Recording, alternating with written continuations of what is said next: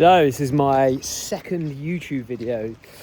I thought I'd do a little video on a job that we are over on in Whitchurch. It's right sort of on the border of sort of Pangbourne, on Thames. It's a beautiful place. So yeah, we were doing a project for a company called Luxury Sustainable Homes. Really good builder. And yeah, this is the property. Yeah, really nice build. There's a lot going on, but more importantly, I'm going to talk to you about what sort of system we put in there. So we were asked to do the full mechanical package for the house. We were asked to work in collaboration with a company called HD Services that help install ground source heat pumps, open loop ground source heat pumps to be specific. So this is part of the system. So this is the actual borehole. So what we've got here is a borehole that's gone all the way down into the ground. I think this one here, because we're really close to the Thames, it's only gone down about 12 meters. There's a couple of pumps at the bottom of there. It fires the water up. Now, one of the main reasons why they went for this system in this house is because we actually needed to bring in some water to the house as well. So not only is this feeding the water system, it's feeding the open loop ground source heat pump as well. So let me take you inside. But before I take you inside, I'll just show you what happens. So basically, there's this pipe that kind of goes around there, but it goes underneath here. That one there is the actual soak away for the open loop heat pump. So what happens is the water is pumped out of that hole. It goes around here into the plant room, which is there. Through the plate heat exchanger or the heat pump, and then it comes back out, and then it literally just dumps it. So it's always new water coming out the borehole. There's no rotation. And the good thing about an open loop ground source is it's always going to be exactly the same temperature. Whereas what you can get is if you've got slinkies in the ground or a closed loop borehole, over time it can actually start cooling the ground around it. So this way you're not cooling the ground, so it's actually a bit more of an efficient way of doing it. So here I'm in the garage, got a nice little triple garage in here. Coming into the plant room, it's quite busy in here, there's a lot to fit in. So with regards to the heat pump, we've got the Kenza Evo. It's just starting actually, it's coming through. Got a plate heat exchanger down there. This is all installed by HD. This is the part of the system that we're dealing with. Obviously all the hot and colds and everything into the house. We've used a lot of this MLCP. I've got a little offcut for you. This stuff is so good. It's a hybrid between, I'd say, copper and plastic. All the seals are made on the inside of the pipe, so you don't have to worry about like obviously scoring the pipe or anything.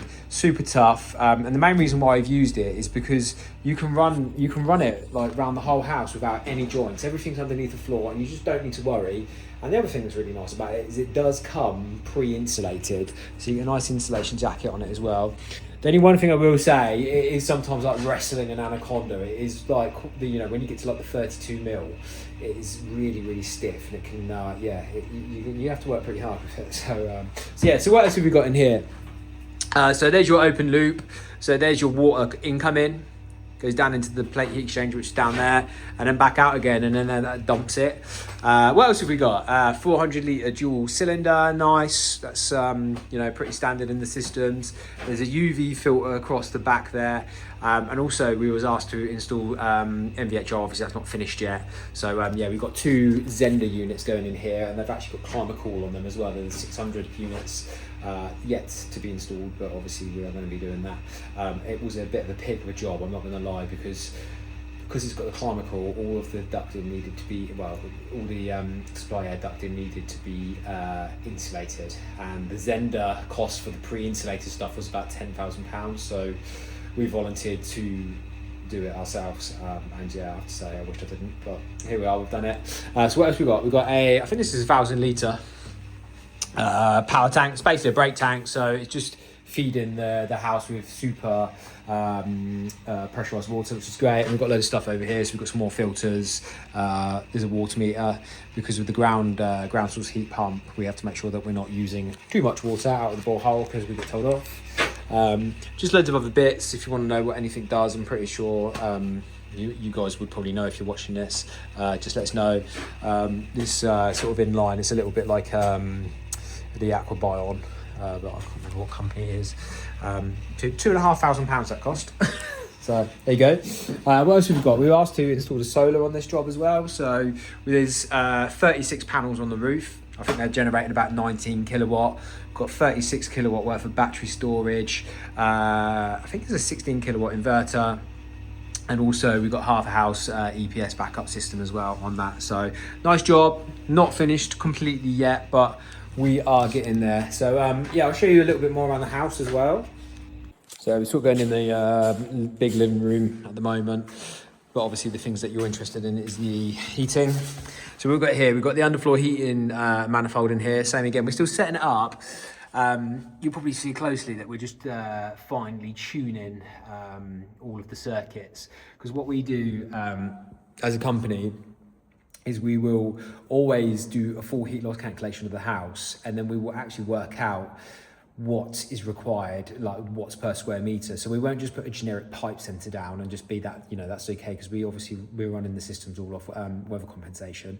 So some of this house has got 150 mil centers, some of it's got 100 mil centers, some of it's got 200 mil centers. If you check out on the Instagram, you'll probably see some of the videos. I might even see if I can scrub a video in of what we did, because yeah, it's quite a nice job, this one as well. So there you go, there's that.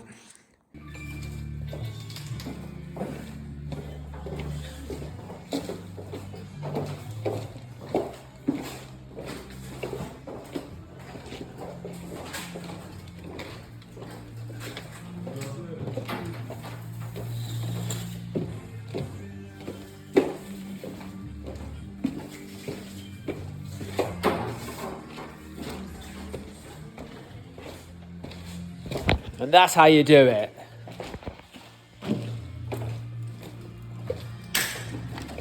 then walk down the hallway now. The one thing that actually did get a lot of interest, what we do is when we sort of going into new builds and the nicer stuff, I like to put the radiators on underfloor heating manifolds. So all of the radiators up here, there's not many of them, are all off underfloor heating manifolds. So the reason why I do this is, one, because you've got you've got the flow meters on them, so you can work out the size of the radiator, the size of the room, the heat that's required, and then you can give it exactly the right amount of flow rate off of the mass flow rate calculations that you've done. So really nice. Any problems with any of the radiators, they're all on their own circuit, so you can just isolate it. Yeah, it's just a really nice, tidy way of doing it. It's a shame they didn't pull the manifold off the water plaster behind it, but I'm sure they're going to put a box around it. So yeah, but all of the VAT are on, working really nicely. As with most things in life, when it comes to being a plumber, I am a specialist heating engineer, but quite a lot of the time you will get asked to do the bathrooms on these sites. So here's a little overview of some of the bathrooms. So you've got, same again, not finished, nice handswear taps, all in units, floating toilets. First time we've done this, floating toilets on units. They were a definite faff, but yeah, sort of finished article is going to be nice. These Hansgrohe showers, they're about £2,500 each, so it's a little bit of money spent on that. Here's the cupboard for the MVHR. Can't wait to do that. That's going to be an absolute nightmare, but yeah, we're still waiting for the units from Zender, so that's going to be fun. So you'll probably see all the vents in the ceilings. So yeah, they're absolutely everywhere. But yeah, nice. It's going to be a very comfortable house. Here's another bathroom, nearly done. And here's another bathroom. Could definitely do with a bit of a tidy up, but we're nearly there with that one. Another ground floor toilet. I say another, it's not another, it's just the one ground floor. Actually, no, there is a shower room. I'll show you that in a second. And then we've got a ground floor shower room here. So same again, nice. Very nice. And this is the cupboard where the other MVHR is going. So all of the manifolds and everything are actually in this ceiling. It's quite busy. I'll see if I can put some photos in of what we did, and then it all sort of goes through into this cupboard. So you've got to have your there's two ducts up there, so you've got your air in and air out from outside, and then yeah, we've got two ducts going into the big manifolds that are all going to be connected. Yeah, so same again, there's obviously plenums everywhere, so it's going to keep us busy for the next few days, I think. And now I'm just outside the swimming pool block. We've got a swimming pool block on this house, which is quite large and sizable. So there's going to be a Valiant Aerotherm Plus 12 kilowatt in there. That's going to be connected to the Calorex unit. It's going to deal with all the swimming pool and everything. I'll just take you inside to give you a little look at that as well. There's not really a lot that's going on in here, but the Calorex is going to be sat in. I know it's quite dark, sorry guys. So yeah, so there's some of the plumbing, some of the bits we've already done for the first fix, but yeah, the swimming pool is underneath there. Look at that, it's pretty nice, isn't it? And then we've got a ground floor, what's that, basement toilet, and then there's going to be a shower in there. And I think this is going to be a little gym in here as well. So yeah, really, really nice project. We're really proud to be on this one because it's going to be so awesome when it's done. But yeah, what a building.